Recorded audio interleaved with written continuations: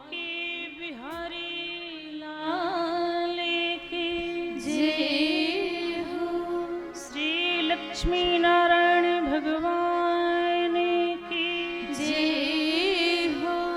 श्री हनुमान जी महाराज की जय हो।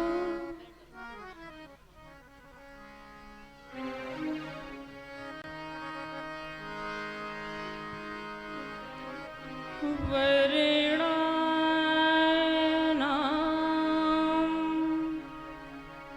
अर्थसंघानां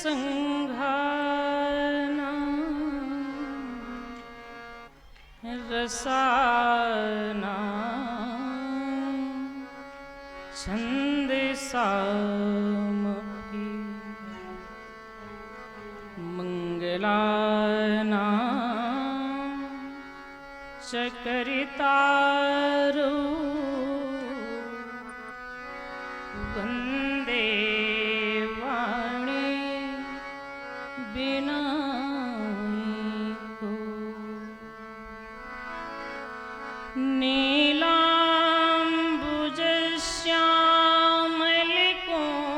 नीलाम्बुजश्यामलिकोमलाङ्गं सीता समारो पीतिवा में भागम। पाणो महासायक चारुचापम नमामि रामं रघुवंशनाथं।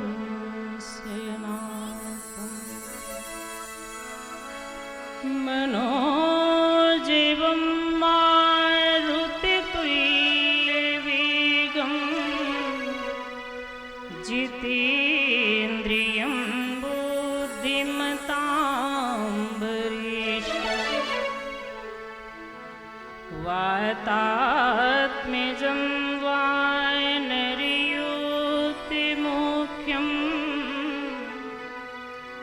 श्रीरामदूतं शरणं प्रपद्ये। बंदो तुलसी के चरणे जिनकी जग काज। कलि समुद्र डूबत लख्यो प्रगट्यो सत्य जहाज। राम कथा की रसिक बरी भक्ति राशि मति धीर। आए सुवासन लीजिए तेज पुंज कपीवीर। प्रेम से बोलिए सियावर रामचंद्र की जय हो। श्री हनुमान जी महाराज की जय हो।